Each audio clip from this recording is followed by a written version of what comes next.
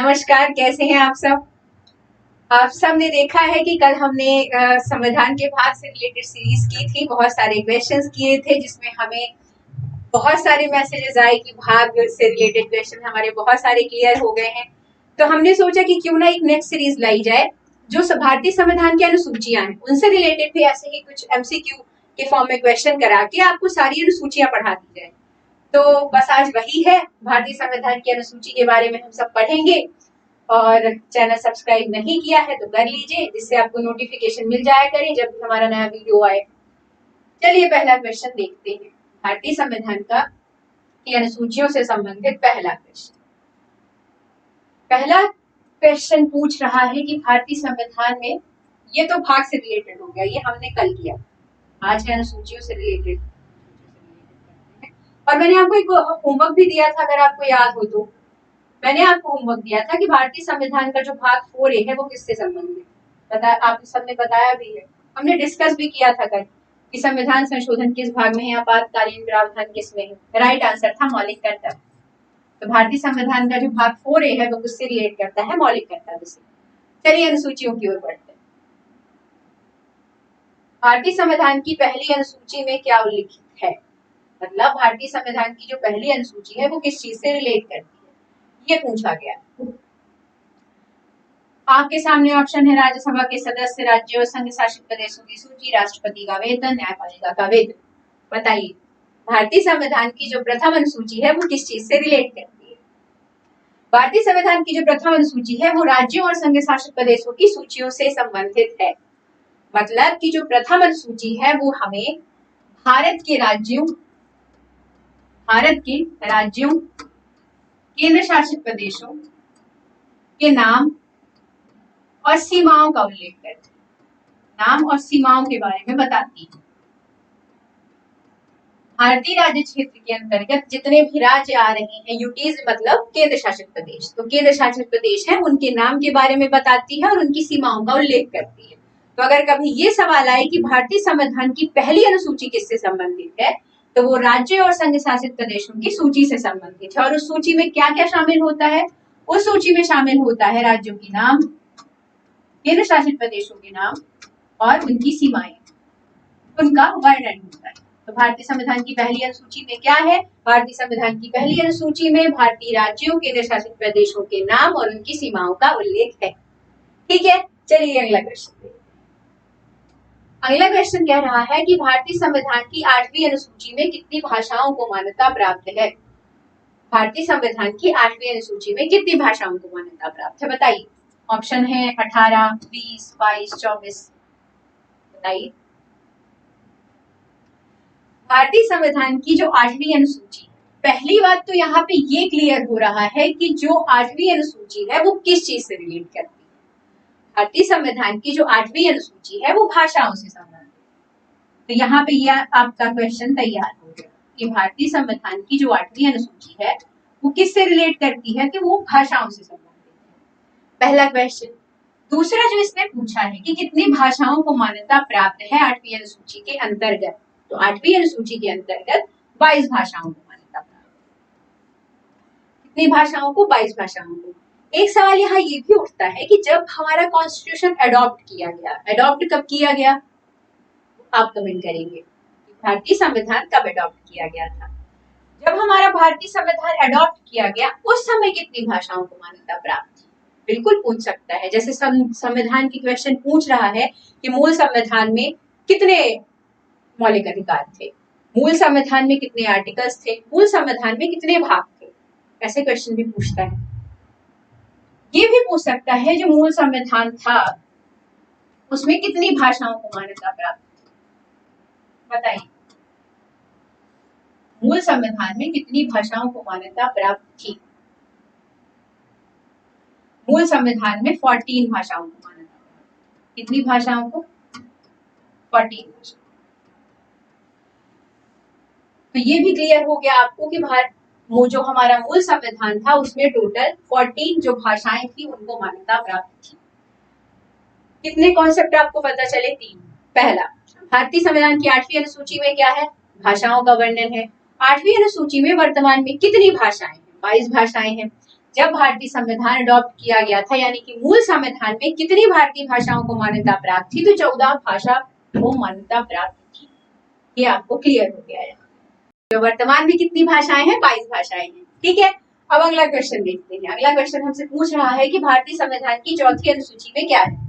बताइए, भारतीय संविधान की चौथी अनुसूची किस चीज से रिलेट करती है? बताइए आप सब। ऑप्शन है सर राज्य और संघ शासित प्रदेशों की सूची, तो आप सबने जान ही लिया है कि ये इसमें किसका है वर्णन। अनुसूची एक संबंधित है संघ और केंद्र शासित प्रदेशों की सूची से, तो ये तो होगा नहीं। दूसरा है राज्यसभा में सीटों का आवंटन, तो सही आंसर है राज्यसभा में सीटों का आवंटन। भारतीय संविधान की चौथी अनुसूची किससे रिलेट करती है? जो भारतीय संविधान की चौथी अनुसूची है वो राज्यसभा में सीटों के आवंटन से संबंधित है। मतलब कोई राज्य या केंद्र शासित प्रदेशों से राज्यसभा में कितने सदस्य चुने जाएंगे।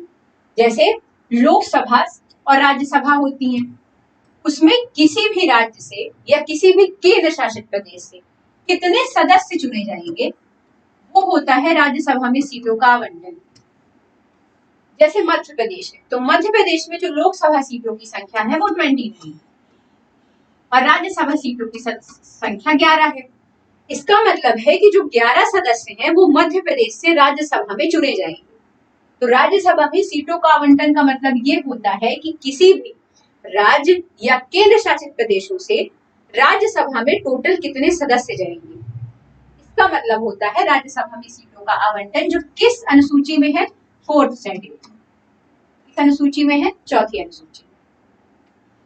अब यहाँ पे एक सवाल ये है आप सबसे कि आप जिस भी राज्य से बिलोंग करते हैं, आपका जो भी स्टेट है, वहां पे लोकसभा सीटों की संख्या और राज्यसभा सीटों की संख्या कितनी है, ये आप मुझे कमेंट सेक्शन में बताएंगे।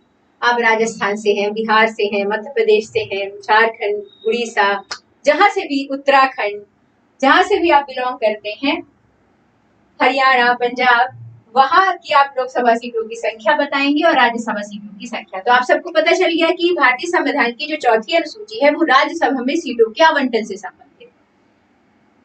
अगला क्वेश्चन देखते हैं।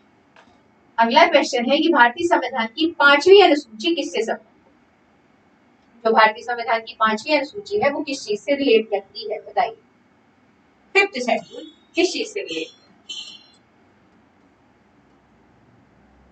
आपके सामने जो ऑप्शन है कि अनुसूचित क्षेत्रों का प्रशासन, अनुसूचित जनजातियों के लिए विशेष प्रावधान, न्यायपालिका की संरचना, संघ और राज्य के संबंध।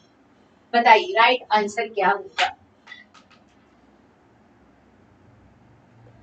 भारतीय संविधान की जो 5वीं अनुसूची है वो मैं आपको बता दूं कि अनुसूचित और जनजाति क्षेत्रों के प्रशासन और नियंत्रण की बात करती है। जो 5वीं अनुसूची है वो जनजाति क्षेत्रों के प्रशासन और नियंत्रण से संबंधित है। तो अगर कभी ये पूछे कि भारतीय संविधान की 5th शेड्यूल में क्या है, तो अनुसूचित जनजाति क्षेत्रों के प्रशासन और नियंत्रण से संबंधित प्रावधान किए गए हैं। ठीक है, भारतीय संविधान की 5वीं अनुसूची आपको क्लियर हो गई होगी। अब आप मुझे यहाँ ये बताइए, जब हम भाग पढ़ रहे थे तो मैंने उस भाग में भी बताया था कि अनुसूचित जनजाति क्षेत्रों के प्रशासन और नियंत्रण की बात किसी एक भाग में की गई है। वो कौन सा भाग है? अब हम अनुसूची पढ़ रहे हैं और अधिकतर ऐसा होता है कि अनुसूचियों और जो संविधान के भाग है उसमें हम कंफ्यूजन हो जाता है कि ये आप भी रिलेट कर पा रहे होंगे कि ये संविधान की अनुसूची में था कि ये भाग में था। मैंने इसीलिए ये सवाल आपसे पूछा है कि आप मुझे बताइए कि जो अनुसूचित क्षेत्रों का प्रशासन और नियंत्रण की बात है, यहाँ पे तो ये 5th शेड्यूल है, लेकिन ये कौन से भाग में थी? संविधान की कौन से भाग में हमने पढ़ा था कि अनुसूचित जनजाति क्षेत्रों का नियंत्रण और प्रशासन की बात संविधान का कौन सा भाग करता है? तो आप मुझे बताइए। अगला क्वेश्चन देखते हैं। अगला क्वेश्चन है कि भारतीय संविधान की 7वीं अनुसूची में क्या है? बताइए। भारतीय संविधान की जो 7वीं अनुसूची है वो किससे संबंधित है? 7th schedule. आप सबने देखा होगा कि जो संयुक्त परिवार होते हैं, बहुत बड़ी फैमिली होती है, और जब बहुत बड़ी फैमिली है तो वहां काम भी ज्यादा होंगे। जब काम ज्यादा होते हैं तो काम बांट दिए जाते हैं, काम का बंटवारा कर दिया जाता है कि जो हमारे पिताजी लोग हैं, दादाजी लोग हैं, घर के बड़े बुजुर्ग हैं, वो बाहर का काम देखेंगे। जो हमारी माता जी लोग हैं वो घर के अंदर का काम देखेंगी, उन्हें संभालेंगी। बच्चों को कुछ विशेष काम दे दिए जाते हैं अकॉर्डिंग टू कि कौन कितना बड़ा है कौन कितना छोटा है उसके अकॉर्डिंग। सेवेंथ शेड्यूल भी उसी चीज से रिलेट करती है। मतलब 7वीं अनुसूची में ये बताया गया है कि केंद्र और राज्यों के बीच शक्तियों का बंटवारा कैसे होगा। भाई किसी भी को भी अगर हमें हमारा संघ है तो वो कैसे चलेगा? ऐसा तो होगा नहीं कि पूरा पावर जो है हमारी सेंटर के पास हो जाएगा। पूरा पावर अगर सेंटर के पास हो गया तो फिर स्टेट क्या करेंगे? उन्हें और अगर सही क्रियान्वयन करना है तो उचित भी है कि उन्हें भी कुछ शक्तियां सौंपी जाए जिससे वो भी अपने राज्यों के काम को उचित तरीके से कर सके। तो इस चीज के लिए केंद्र और राज्यों के बीच शक्तियों का जो बंटवारा है वो करने के लिए इन्हें 3 सूची में बांट दिया गया है। काम क्या करने के लिए? शक्तियों का बंटवारा करने के लिए 3 भागों में बांट दिया गया है। वो 3 भाग क्या है? संघ सूची, राज्य सूची और समवर्ती सूची। राज्य सूची और समवर्ती सूची में बांट दिया गया। संघ सूची क्या है? संघ सूची में जो कानून बनाने की शक्ति है वो केंद्र सरकार के पास होती है। संघ सूची के जितने भी विषय हैं उस पे केंद्र सरकार कानून बनाएगी। तो सेंट्रल किस सूची पे कानून बनाती है? सेंटर बनाती है संघ सूची के विषय। संघ सूची के विषयों पर केंद्र सरकार कानून बनाती है। और राज्य सूची के विषयों पर कौन बनाता है? तो राज्य सूची के विषयों पर राज्य सरकार का कानून बनाती है। और समवर्ती सूची, समवर्ती सूची क्या है? समवर्ती सूची एक ऐसी सूची है जिसमें केंद्र और राज्य दोनों मिलकर कानून बनाते हैं। वो आ जाते हैं समवर्ती सूची के अंदर, जिसमें सेंटर मतलब केंद्र और राज्य दोनों मिलकर कानून बनाते हैं। वो आ जाते हैं समवर्ती सूची के अंदर, जिसमें केंद्र सरकार प्लस राज्य सरकार मिलकर कानून बनाते हैं। अगर कभी ये पूछा जाए कि भारतीय संविधान की 7वीं अनुसूची में क्या है तो आप क्या बताएंगे? भारतीय संविधान की जो 7वीं अनुसूची है वो केंद्र और राज्यों के बीच शक्तियों के बंटवारों से संबंधित है। कैसे होगा बंटवारा? 3 सूचियों में बांट दिया जाता है उनका काम, संघ सूची, राज्य सूची और समवर्ती सूची। ये कहा जाता है कि जो संघ सूची है उस पे जो कानून बनाने का अधिकार है वो केंद्र सरकार को है। तो जो केंद्र सरकार है वो संघ सूची के विषयों पर कानून बनाएगी। राज्य सूची के विषयों पर कानून राज्य सरकार बनाती है, यानी कि स्टेट गवर्नमेंट बनाती है। वहीं समवर्ती सूची जो है, समवर्ती सूची पे कानून बनाने का अधिकार केंद्र और राज्य दोनों को होता है। मतलब केंद्र और राज्य सरकारें दोनों मिलकर कानून बनाती है। ठीक है, इतना क्लियर हो गया कि जो भारतीय संविधान की 7वीं अनुसूची है वो 7 शेड्यूल में है। उसमें क्या है? उसमें केंद्र और राज्यों के बीच शक्तियों का बंटवारा है जो 3 रूप में किया जाता है, संघ सूची, राज्य सूची और समवर्ती सूची। कभी कभी ये सवाल पूछ लिया जाता है कि संघ वर्तमान में संघ सूची, राज्य सूची या समवर्ती सूची में कितने सब्जेक्ट्स हैं? अधिकतर आपने देखा होगा कभी कभी पूछ लेता है कि वर्तमान में कितने सब्जेक्ट हैं संघ सूची, राज्य सूची और समवर्ती सूची। मुझे क्लियर, आप एक बार एक फैक्ट चेक कर लीजिएगा। जहां तक मुझे याद आ रहा है संघ सूची में 100 सब्जेक्ट्स, राज्य सूची में वर्तमान में 59 सब्जेक्ट्स और समवर्ती सूची में वर्तमान में 52 सब्जेक्ट्स। आप एक बार इसे फैक्ट चेक कर लीजिएगा, क्योंकि जहां तक मैं रिकॉल कर पा रही हूँ तो संघ सूची में कितने सब्जेक्ट्स हैं? Total 100 subjects. और राज्य सूची में कितने सब्जेक्ट्स हैं? 59 सब्जेक्ट्स हैं। और समवर्ती सूची में कितने सब्जेक्ट्स हैं? 52 सब्जेक्ट्स हैं। आई रिपीट कि आप इसे एक बार क्रॉस चेक कर लीजिएगा। ठीक है, तो आप सबको समझ में आ गया कि केंद्र और राज्यों के बीच शक्तियों का बंटवारे का मतलब क्या होता है। 3 सूचियां होती हैं, संघ, राज्य और समवर्ती। संघ सूची पे सेंट्रल कानून बनाती है, राज्य सूची पे राज्य सरकारें और समवर्ती सूची पे दोनों मिलकर कानून बनाते हैं।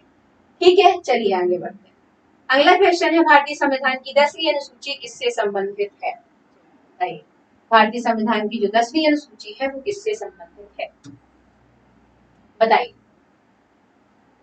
आप सबको जब मैं संशोधन पढ़ा रही थी, संविधान संशोधन, तो वहां भी मैंने इसका जिक्र किया था, अगर आपको पता होगा या याद होगा तो। नहीं डिस्कस करेंगे, अभी भी हम डिस्कस करेंगे, लेकिन अभी अगर आपको पता हो तो बताइए 10वीं अनुसूची किससे संबंधित है? आपके सामने ऑप्शन है, न्यायपालिका की संरचना, दंड विरोधी कानून, संघ और राज्य के संबंध और नागरिकता के अधिकार। बताइए। भारतीय संविधान की जो 10वीं अनुसूची है वो दल बदल से संबंधित है। किससे संबंधित है? दल बदल यानी कि एंटी डिफेक्शन लॉ। अब एंटी डिफेक्शन लॉ कब आया इंडियन कॉन्स्टिट्यूशन में और 10वीं अनुसूची कब शामिल की गई? सवाल तो यहाँ ये भी उठता है कि भारतीय संविधान में जो 10वीं अनुसूची है वो शामिल कब की गई, क्योंकि अभी हमने पढ़ा था कि मूल संविधान में तो केवल 8 अनुसूचियां थी, लेकिन अभी वर्तमान में 12 अनुसूचियां हैं और क्वेश्चन पूछ रहा है 10वीं अनुसूची के बारे में। तो अगर मूल संविधान में 8 अनुसूचियां थी और वर्तमान में 10वीं अनुसूची के बारे में पूछ रहा है, तो कौन से संविधान संशोधन द्वारा 10वीं अनुसूची जोड़ी गई?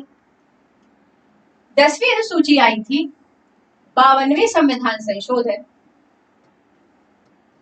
52वें संविधान संशोधन 1985।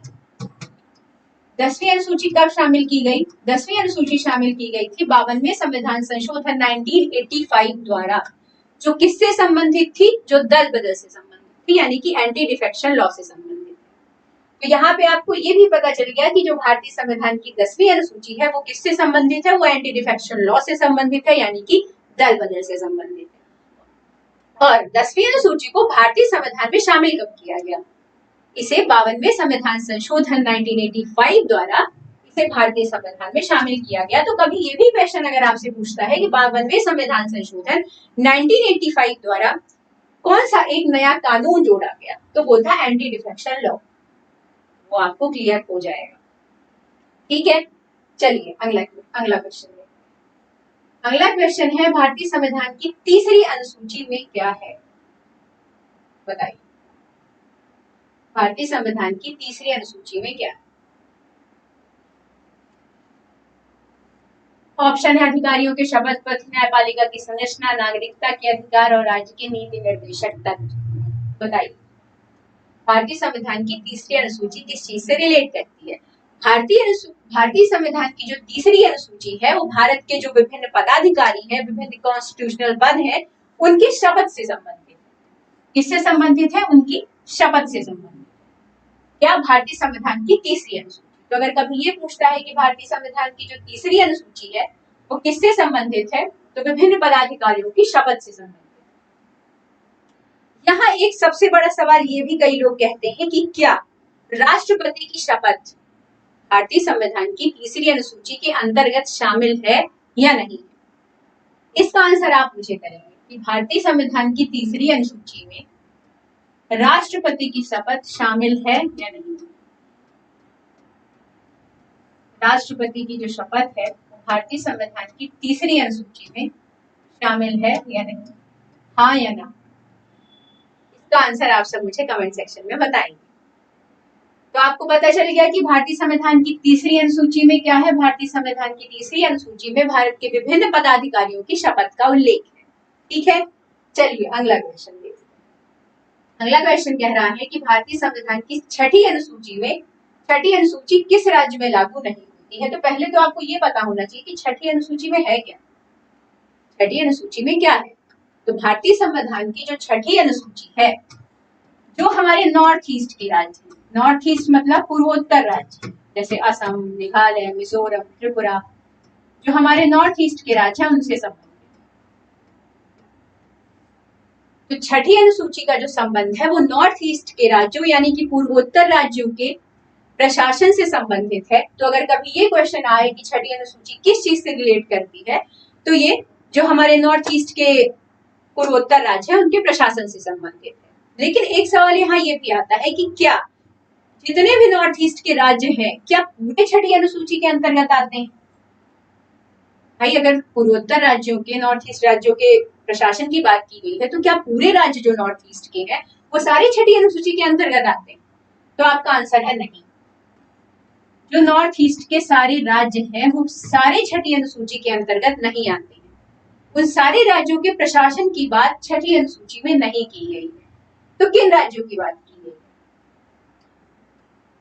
इसमें असम, इसमें जो शामिल राज्य हैं वो है असम, मेघालय, मिजोरम और त्रिपुरा। ये 4 राज्य हैं जो भारतीय संविधान की 6ठी अनुसूची के अंतर्गत आते हैं। ये 4 राज्य, इन 4 राज्यों से ही संबंधित है भारतीय संविधान की 6ठी अनुसूची, और इन्हीं 4 राज्यों के प्रशासन की बात की गई है भारतीय संविधान की 6ठी अनुसूची में।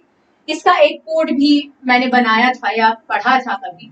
इसका एक कोड होता है आमे मित्र। आमे मित्र मतलब आ से असम, मा से मिजोरम, मा से मेघालय, पत्रा से त्रिपुरा।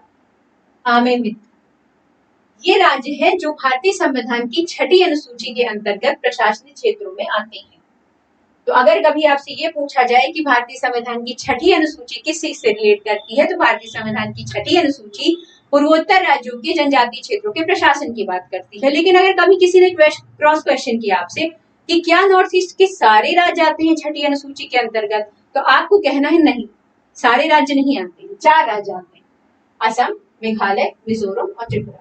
इन 4 राज्यों की बात 6ठी अनुसूची के अंतर्गत की गई। ठीक है, और इसका कोड हमने क्या बताया, आमे। अगर ऐसे याद हो रहा है ठीक है, कोड तो ऐसा होता है कि कंफ्यूजन ना हो, इस वजह से आप कर सकते हैं।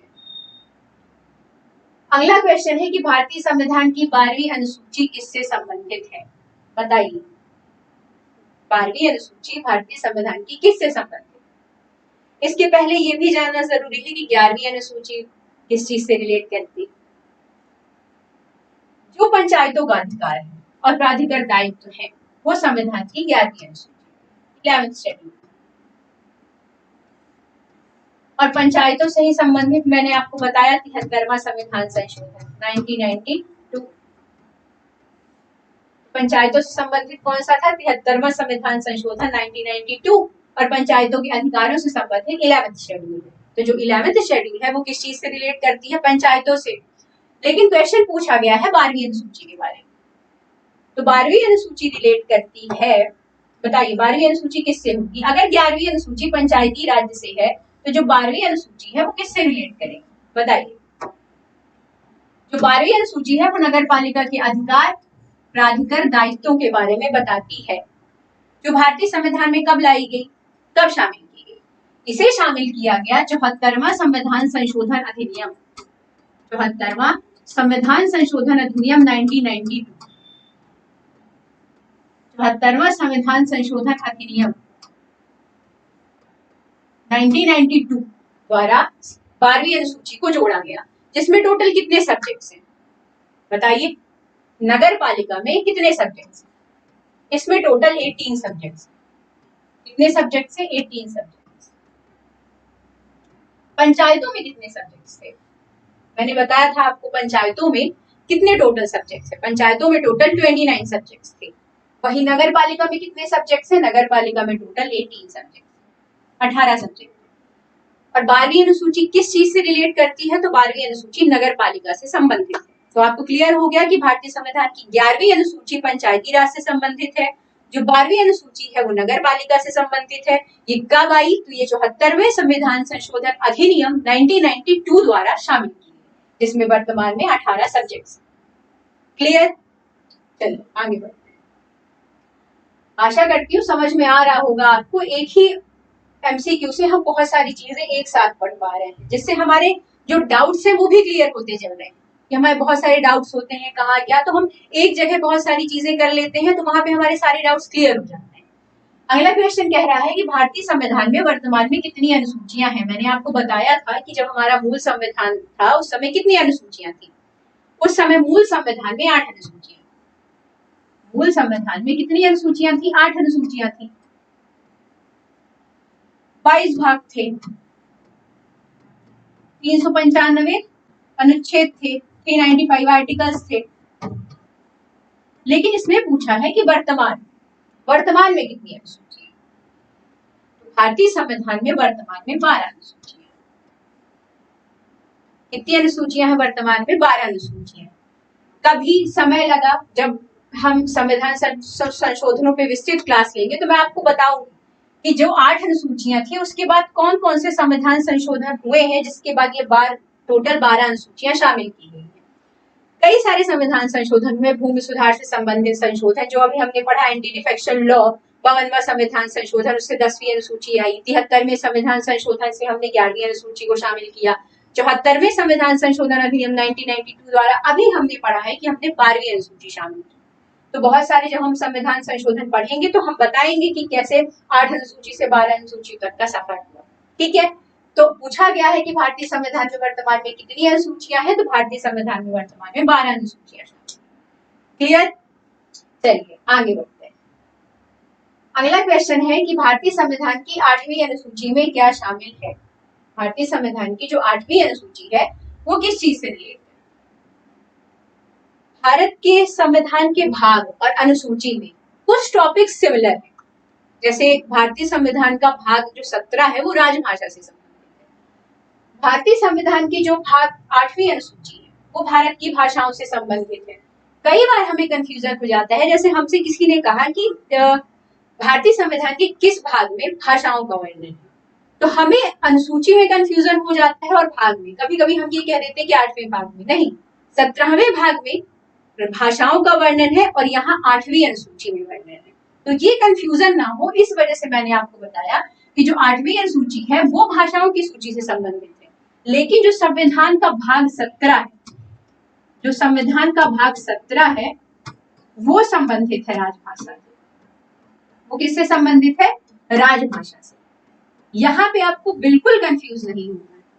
जैसे वहां मैंने आपको बताया था कि जो भारतीय संविधान की 5वीं अनुसूची है, अनुसूची, वो ST/SC क्षेत्रों के प्रशासन और नियंत्रण की बात करती है, लेकिन भारतीय संविधान के मैंने भाग में पढ़ाया था कि जो भाग 10 है वो अनुसूचित क्षेत्रों के जनजातियों नियंत्रण की बात करता है। कंफ्यूजन होता है, इस वजह से उस डाउट को यहीं पे क्लियर करना जरूरी है कि अगर कभी ये पूछे कि भारतीय संविधान की 8वीं अनुसूची में क्या है, तो 8वीं अनुसूची में भाषाओं की बात की गई है, भाषाओं की सूची की बात की गई है, लेकिन किस भाग में है? राजभाषा, तो जो भाग 17 में राजभाषाओं का वर्णन है। ये कंफ्यूजन बिल्कुल आपको क्लियर होना चाहिए। इसी अनुसूची में, जो भारतीय संविधान की 8वीं अनुसूची है, इसी में 22 भाषाओं का वर्णन किया गया है। अभी पूछा गया था ना कि भारत के संविधान में वर्तमान में कितनी भाषाएं हैं, तो भारत के संविधान में वर्तमान में 22 भाषाएं। कितनी भाषाएं हैं? 22 भाषाएं। और भाषाओं की सूची का जो वर्णन है वो 8वीं अनुसूची में किया गया है। क्लियर? यहाँ पे आपको बिल्कुल भी कंफ्यूज नहीं होना है। 8वीं अनुसूची में है भाषा और वहां भाग 17 में है राजभाषा का। तो ये अंतर आपको यहीं पे क्लियर करना जरूरी था, ताकि आपको कभी भविष्य में कंफ्यूजन इस चीज से रिलेटेड ना हो। ठीक है? क्लियर? अगला क्वेश्चन देखते हैं। चलिए आज का ये यही तक था। अब आप सबके लिए एक काम है, आप सबके लिए काम ये है कि आपको ये बताना है कि भारतीय संविधान की जो दूसरी अनुसूची है वो किस चीज से रिलेट करती है। भारतीय संविधान की जो दूसरी अनुसूची है वो किस चीज से रिलेट करती है, ये आपका सवाल है। दूसरी अनुसूची, अब आप ये मुझे बताएंगे जो दूसरी अनुसूची है वो किस चीज से रिलेट करती है। तो आपका होमवर्क क्या है? होमवर्क ये है कि आप सब मुझे कमेंट करके बताएंगे जो भारतीय संविधान की दूसरी अनुसूची, सेकेंड शेड्यूल है वो किस चीज से रिलेट है। आप सबका ये सवाल है कि भारतीय संविधान की दूसरी अनुसूची में क्या है, वो किस चीज से संबंधित है, ये आप सब मुझे कमेंट करके बताएंगे। मुझे आशा है कि आपको क्लास अच्छी लग रही होगी। हमने एक चीज और स्टार्ट की है कि हम एक टॉपिक वाइज हम सारे MCQs करा रहे हैं। जैसे मैंने प्रीवियस क्लास में कराया था, तो मैंने भाग से संबंधित क्वेश्चन उठाए, उसमें मैंने ये प्रयास किया है कि मैं जितने भाग हैं मैं आपको सारे भाग विस्तृत रूप से पढ़ाते चलूं और उसके जो भी फैक्ट है, जो भी कॉन्सेप्ट है, उसके साथ मैं आपको समझाती चली जाऊं, ताकि आपको कंफ्यूजन ना हो।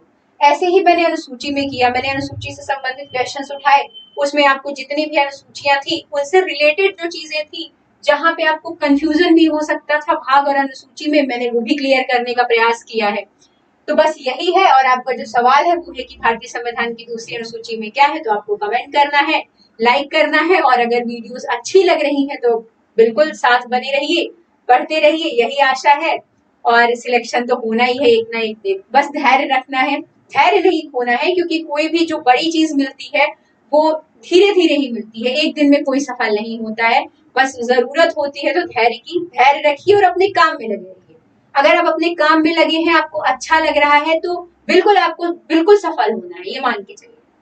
तो बस यही है। चलिए आज की क्लास यही खत्म करते हैं। जय हिंद, जय भारत।